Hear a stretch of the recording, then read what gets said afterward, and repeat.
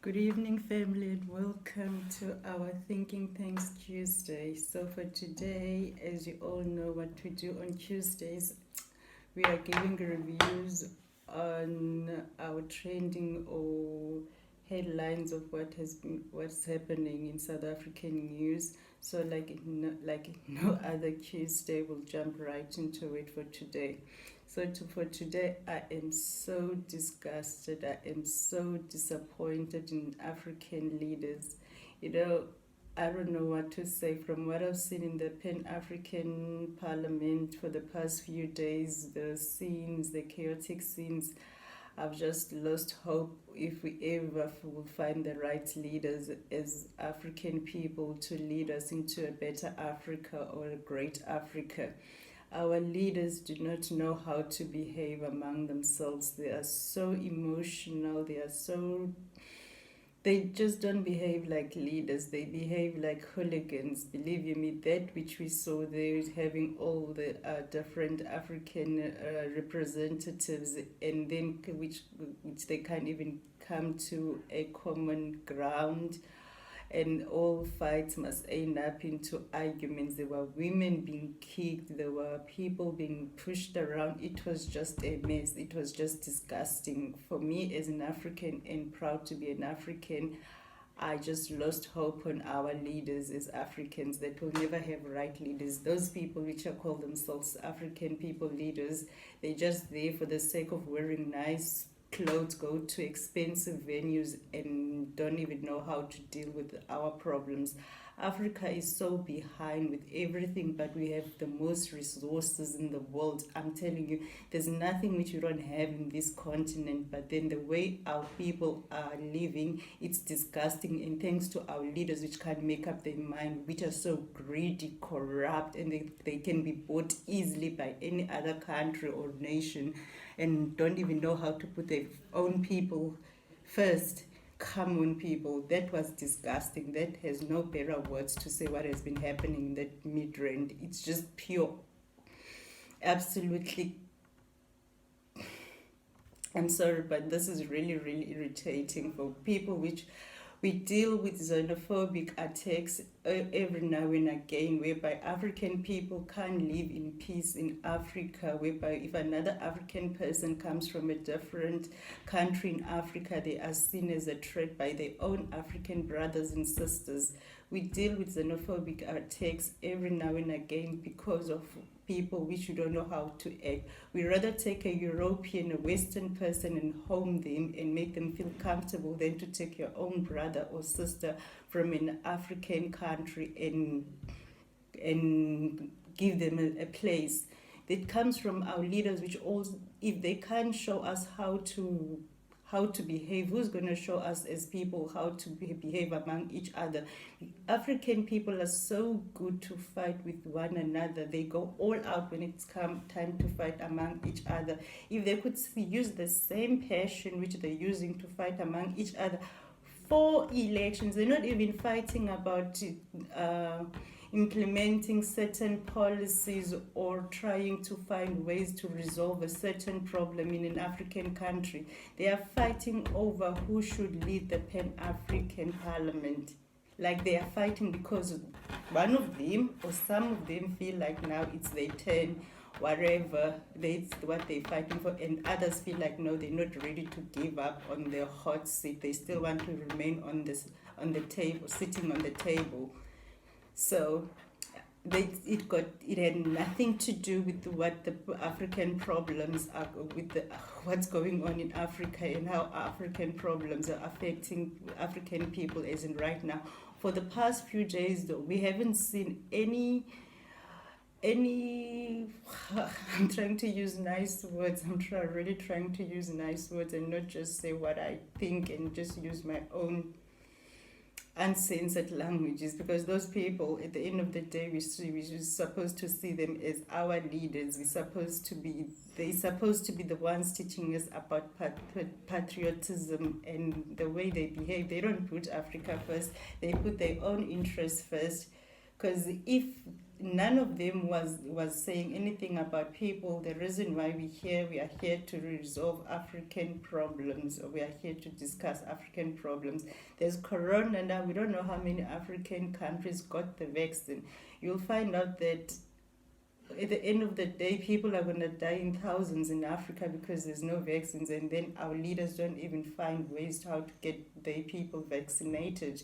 But then they're busy fighting about elections on Pan-African Parliament, who should move or who should go. And I'm not saying there's any right side there. I'm not saying no, they shouldn't have fight for what they believe it's right. All I'm saying is this: as leaders of Africa, they could have found a better way to resolve their problems, because this Pan-African Parliament which was sitting there, they didn't resolve anything. Those people just came from their countries, they went into fancy hotels, had all the bells and whistles, went to that conference room, scream and shout at each other, and then now they're going to go back home using our money as taxpayers, using the government's, their own government's money. Some countries' governments don't even have enough money to feed the people, but they've got members of their own constitutions which keeps on coming around screaming and going on. And I'm not saying we are better here in South Africa, because we also got our own hooligans in parliament which think screaming and shouting is raising your point, whereby they don't understand that you can still get your points across without screaming or shouting. Just use your intelligence. That's all. We want leaders which can think, which are not emotional. So African leaders are so emotional when it comes to each other. Imagine in a parliament there was threats of killing each other.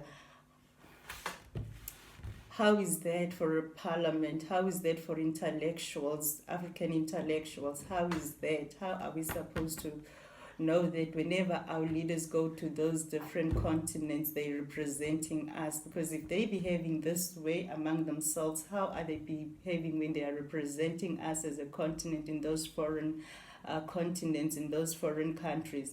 Because at the end of the day, if you give them money, if you show them the dollars, then they agree on anything and everything without even thinking twice about the people they left behind, which believes in them, which thinks that they are the ones which are going to be their saving graces. But they're not.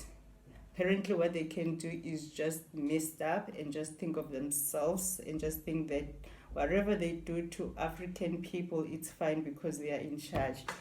So anyway, let's see what the news has to say about the Pan-African Parliament. But as you all know, it's not good news. It's just a mix of chaos of grown-up men and women. It's so sad. It's so sad how passionate Africans are to fight among themselves, how they go all out when they're fighting among themselves. If they say this is how they behave in the UN trying to fight for us Africans, if they would say this is how they behave in the World Health Organization, summons to fight, trying to fight for us as people, I'll know that our people are passionate about us. But for them to be so passionate for days fighting over who should be in what position, and the others which know that, okay, fine, maybe it's about time that we let go and give us a chance, are still holding on to power, and nobody trying to realize the bigger picture, that the bigger picture, why there's even a Pan-African Parliament, it's because of the people of Africa need their own representatives which can solve their own problems. The reason why we have so many NGOs which come and take over African resources and give it back to us in forms of donations is because nobody's really taking care of the people. The leaders are busy fighting themselves. Who should lead? Leading who? Leading the death. Because at the end of the day, you're going to come in and whoever is going to get whatever they want, and then when they go back to their countries, people are dying in numbers. There's no people to lead anyway. So in order for you to be a leader, you need people to lead. If you don't have people to lead, who are you going to lead? So take care of the people which you need in order for you to be the leader. You can't just be a leader because you want to sit in a Pan-African Parliament chair. Come now, people.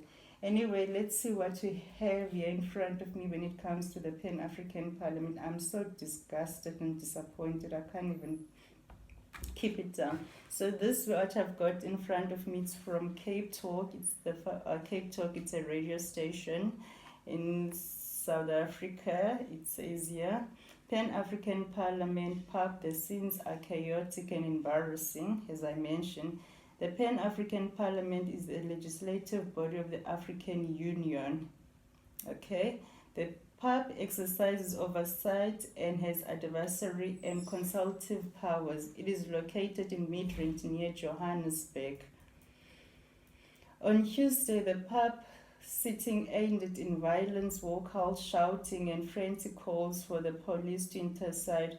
It really has been a joke. Delegates grabbing microphones and screaming at each other. It all seems to revolve around the election of the next president. John Maytham, presenter, Cape Talk on Monday.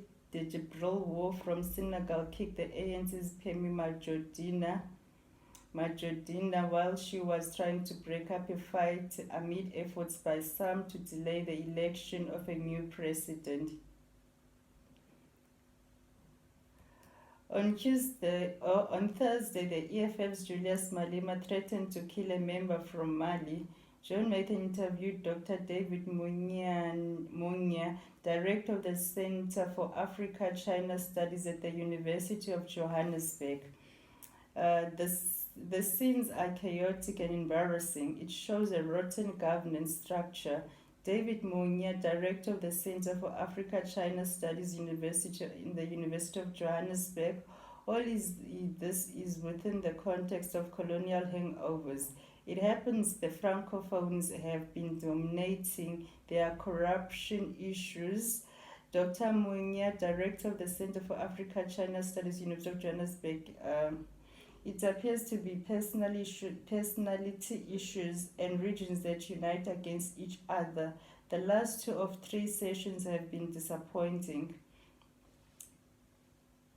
Listen to the interview in the audio below. So there is an audio. So this was a radio interview. So there is a audio below, which you can listen to hear the interview. That's why I'm not getting much of the story. So let's try to go get some news from a newspaper. I think that one will be better because this one it was from a radio station. As I told you, that Cape Talk is a radio station. So let's see now where can Malema outburst the Pan-African plan show the qualities. Okay, let's see the Star. I'm seeing something from the Star. Okay, it says here, the Star letter to the editor 3 hours ago by Narendra Ganesh.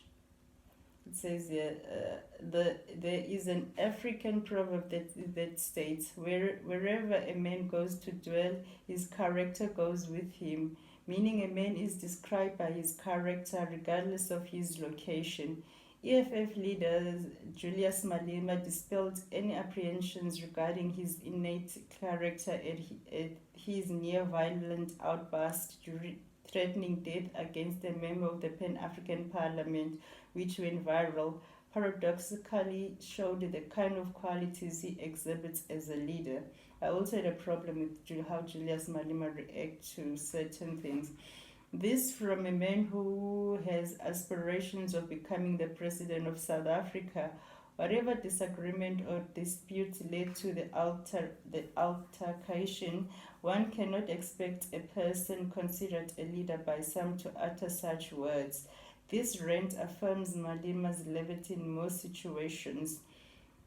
We have come to witness regarding his public behavior, acting at any opportunity to show bravado and chutzpah albeit on the strength of others.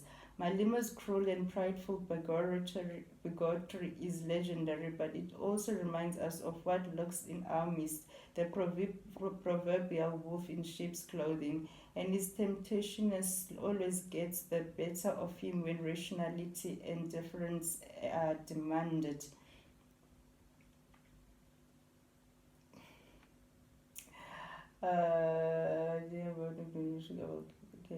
Exhibit as a leader. Malema is said shouting how outburst threatening death against a member of the Pan-African Parliament, which went viral. Malema said, shouting at the member, I will kill you outside, I will kill you, you don't know me. This from a man. Oh gosh. Okay, sorry, I read that part all wrong because I missed a whole part. A whole part. Sorry. It says here. Let me just start all over again. Because now I don't know what happened to where I was reading. So Malima's cruel and prideful bigotry is legendary, but it also reminds us of what lurks in our midst, the proverbial wolf in sheep's clothing, and his temptatiousness always gets the better of him when rationality and deference are demanded. A threat of causing a threat of causing death to another cannot be wished away lightly, but coming from a so-called leader, it is this despicable act worthy of extreme censure and unbridled condemnation. And South Africa has the audacity to allow this man to be a commissioner who questions esteemed judges on their level of competency to sit on the bench as jurists while he threatens death upon others. To those who seek delight in Malima's obstreperous conduct as seen by millions, remember the kind of character that loiters beneath that veneer. What a sad indictment of South African leadership, or a despairing lack thereof the star. So this one, I think it was just somebody which wrote a letter according to how Malema behaved. Yeah, there's nothing much which is said there. Just that Malema is easily provoked, and he does react. He doesn't know how to sit, breathe, observe, and just say, what will a wise man do in this situation? So he doesn't know how to reflect, observe, pause, take a break, and don't be involved. So that's what's Malema's downfall when it comes to leadership. So let's just see what we can find on our own on PAP. So for today, besides the Pan-African Parliament, we're also gonna do, we know that in South Africa we are on level 2 again. On level 2 again because our numbers are growing when it comes to infected cases of corona. So we are on level 2. We had the family meeting. When was this? I think it was on Sunday. Yeah, on Sunday, because it's Tuesday today. So on Sunday we had the president talking. So this level 2 will depend on how we react or how we keep on to the rules for us not to go fully back on serious levels of lockdown. But the nice thing is there's just minor adjustment when it comes to stricter rules, so it's not that bad like previously. So this one will only determine by us or how we behave. It says news about the Pan-African Parliament, the public news hub. That was 7 minutes ago. Okay, I think we've got some recent news when it comes to the Pan-African Parliament. Okay, this is from the public news hub. It looks like it's an online columnist or column news. It says featured stories or politics, South Africa, Africa worlds. If we do not renew ANC, problems won't be solved. Okay. This is by Oliver Ngwenya. This is from the 1st of June 2029, and it was written at 1907, like a few minutes ago. It says immediately after it went into session, the Pan-African Parliament again erupted into the chaos that it has come to be known for. The session on Tuesday, which has meant to elect its president, could not go ahead as there was complete mayhem following a disagreement on the system to be used to elect the Parliament's president. The PAP, as it has come to be known, was brought into being in 2000 in Togo, and its main objective is to ensure that any policies of the African Union are debated adequately and implemented properly. Says one of its objectives, facilitate the effective implementation of the policies and objectives of the African Union. However, on Tuesday, and for the second day running, the robust debate that was anticipated could not go ahead as there was pandemonium in the parliament following a letter that was read, which was from the mother body, the African Union, which spoke to reforming the voting procedure. The southern delegates, of which South Africa is part, refused to be part of the election if the presidency of the parliament is not rotational. On the other hand, the eastern and western crew demanded that the election go ahead as it has always been, that is based on the votes that are amassed. The appeal by the ADCO committee chairperson Janet Kabila for members to conduct themselves as they should seem to fail on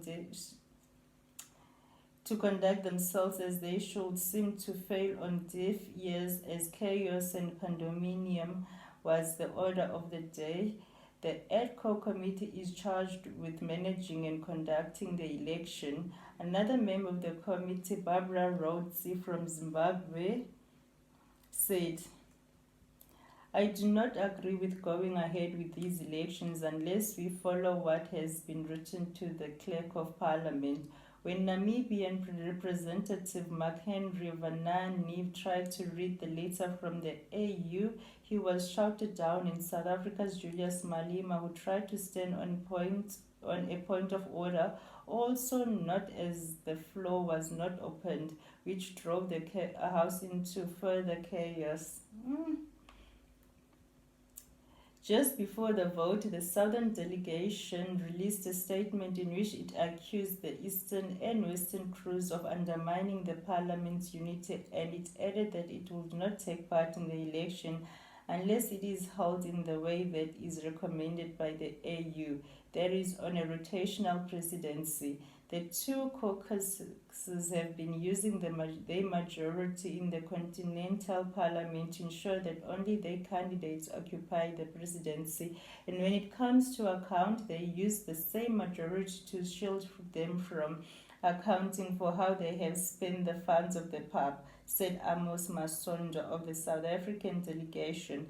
The Southern delegation is putting forward the name of the current president, Chief Fortune Charumbira, for the position of the president, while the Western delegation, which is accusing the South African delegation of using the home ground to try and bully other delegations, is putting forward the name of Haldara Al-Chata Sis as their preferred candidate. Yeah, that's what has been happening in the Pan-African Parliament. And then I think the recent now is that the Parliament will no longer take place. The Pan-African Parliament will adjourn and they will come together again in October. I'm trying to find, I think that was the latest news on the Pan-African Parliament now before I went online, that it was, let me just check that. Today we are only doing two news. We're only doing this Pan-African Parliament, and then after Pan-African Parliament we're doing COVID, and that's all for today. The other news, not my zoo, not my monkeys. Okay, let's see now, latest, let's say latest on PAP, enter. Couples and women kicked at PAP. When was this? The late DPM was 2 months ago. How did we get here? Okay, let's 3 hours. Pan-African Parliament election of new leadership set to continue. Pan-African more chaos. No rotation, no election, chaos, eruption. Press statement, Center for Human Rights, PAPCO. Perhaps new. Okay. I seem not to be getting the latest, which I want here, but from what I've heard, there's no elections taking place. What will happen is they will meet again in October to try to see are they voting. Press statement: Center for Human Rights and Public Forum call on PAP to get back to the business of working to advance the purpose of African people. Okay, it was just other people which were calling out what was happening. The Commission on Rules and Procedure of the Parliamentary Committee, legal, it should focus on Africa's challenges, recommendation against the background, upcoming program. For more information, Professor Franz Volun, Ms. Bonolo Mahale, Program Management of Civil Unit. Okay, I don't think we've got much going on the PAP news, but then it was what it was. It was chaotic. Nothing really happened. It was just grown-ups screaming and shouting and fighting over elections. So yeah, and then let's just check the latest on COVID when it comes to South Africa. I'm not sure how far is my time now. Okay, more string anti-smoke laws coming. Health department who really went to extra mile when they quit. Release. So, but people, what's happening with the Pan-African Parliament is just not on. It made me angry, like from the bottom. Oh, let's just get this one. Gigaba denies receiving bags of cash from Guptas. So Malusi Gigaba was also on the State Capture Commission. You know, most after the wife was there, so now it was his turn to go. Was Norma telling the truth, or was she just spicing things out or trying to spite him? So let's hear. So Malusi says Gigaba denies receiving bags of cash from the Guptas. That was 11 hours ago by Estella. To Johannesburg, former Public Enterprise Minister Malusi Gigaba says he never received bags of cash from Guptas. He also lambasted his estranged wife Norma Gigaba for fabricating allegations against him. Gigaba was testifying in the state capture inquiry where the couple's wedding expenses, his suits and his close ties with the Guptas were in spotlight. The controversial naturalization of the Gupta in South Africa also dominated proceedings.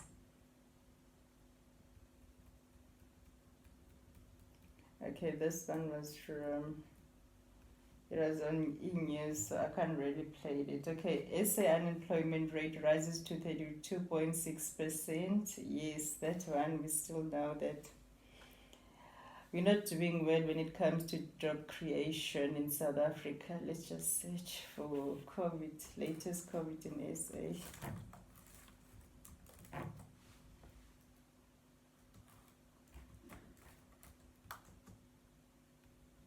Latest COVID news in South Africa. Let's just refresh. I think I'm still repeating last week's news. BRICS backs India, South Africa COVID-19 vaccine patent waiver proposal. BRICS on Tuesday extended their support for temporary global waiver on patent protection. Okay, where am I? BRICS supports proposal by India, South Africa to temporarily waive patents on COVID-19, moneycontrol.com. That was 36 minutes ago. Okay, let's see this one. I didn't know this one. This is News 18. I think it's an online news. 6 BRICS supports proposal by India, South Africa to temporarily waive patents of COVID-19 vaccines. News 18, 27 minutes ago. Insignificant move, the five-nation grouping BRICS on Tuesday supported a proposal by India and South Africa to temporarily waive patents on COVID-19 vaccines and called for their equitable access and distribution while ensuring transparency on prices. Ways to deal with the coronavirus pandemic, including sharing technology to boost production of vaccines and improving supply chains for medical products, figured prominently at a virtual meeting on the foreign ministers of the BRICS, Brazil, Russia, India, China, South African countries. The group underlined the urgency for expeditious development and deployment of COVID-19 vaccines, especially in developing countries, and called for further close cooperation between various stakeholders for a diversified vaccine portfolio. The meeting, hosted by India in its capacity as BRICS chair for 2021, was attended by Chinese Foreign Minister Wang Yi, Russian Foreign Minister Sergei Lavrov, Minister of International Relations of South Africa Grace Naledi Mandisa Pandor, and Brazilian Foreign Minister Carlos Alberto Franco. External Affairs Minister S. Jaishankar chaired the meeting. The ministers reaffirmed the need to use all relevant measures during the pandemic, including supporting ongoing consideration in WTO on COVID-19 vaccine, intellectual property rights waiver, and the use of flexibilities of the TRIPS trade-related aspects of intellectual property rights agreement. A joint statement said the ministers recognized the role of extensive immunization against COVID-19 as a global public good for health in preventing, containing, and stopping transmission to bring the pandemic to an end and foster a rapid, inclusive, and resilient recovery. The BRICS brings together 5 of the largest developing countries of the world, representing 41% of the global population, 24% of the global GDP, and 16% of the global trade. The ministers recognized that the current global challenges, particularly the COVID-19 pandemic, are a powerful reminder of the imperative to strengthen cooperation among states. Measures taken by the WHO, governments, non-profit organizations, academia, businesses, and industry in combating the pandemic. They also expect the international community to reform and strengthen policy responses of WHO to fight the COVID-19 pandemic and other current and future health challenges. The statement said that ministers stressed the need to promote initiatives aimed at ensuring timely, affordable, and equitable access to vaccines, as well as of diagnostics, therapeutics, medicines. They also reiterated the need for sharing of vaccine doses, transfer of technology, development of local production capacities and supply chains for medical products, promotion of price transparency, and called for the exercise of due restraint in the implementation of measures that could hinder the flow of vaccines, health products, and essential inputs. It said the minister also called for the timely establishment and effective operationalization of the BRICS Vaccine Research and Development Center, and stressed the need for further work on the proposal for BRICS Integrated Early Warning System for preventing mass infectious disease risk. They also noted that COVID-19 crisis has posed many challenges for economic and financial stability. They further emphasized the importance of delivering economic outcomes that reflect the needs and aspirations of BRICS in particular. and emerging markets and developing economics in general, especially the importance of BRICS in responding to the COVID-19 crisis through policy support and enhancing intra-BRICS international coordination. The statement said in these comments, Wang said the BRICS now faces the profound complex ramifications of the pandemic and changes unseen in a century. At the same time, he said opportunity may arise from the challenge. If our remarks, Pando talked about her proposal at the World Trade Organization WTO seeking patent waiver for COVID-19 vaccines, the minister said there is a need to address the global gap of vaccine access to realize the ambition of none of us are safe until all of us are safe and leave behind the pandemic. In these comments, Lavrov also expressed Russia's solidarity with India in its fight against the pandemic. Read all the latest news, breaking news, and corona here. So that was BRICS. BRICS is the Brazil, South Africa, India, which are the five countries. Let's see, it's BRICS. Okay, in a significant move, the 5-nation grouping. Yes, it's a 5-nation grouping. So it's Brazil, it's Russia, it's India, it's China, it's South Africa, which makes up for a BRICS. So the BRICS meeting was on trying to get the vaccines available for people, to make so that the countries which have the patents to make the vaccines do not hoard them and just keep it to themselves, but then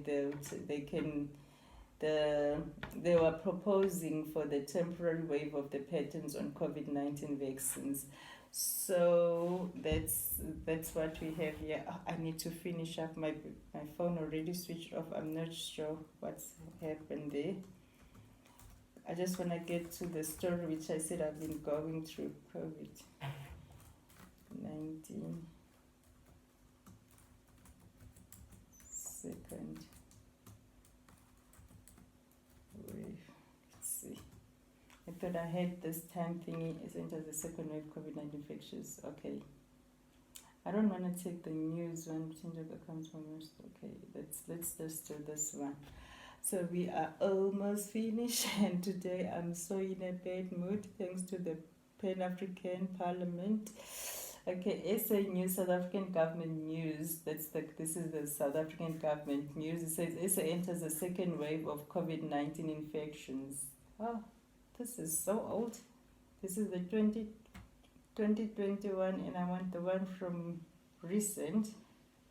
So yeah, anyway people, we all know in South Africa we are on second wave of the COVID pandemic again. So as I said before, it will all determine how we treat ourselves so that we don't go full on lockdown.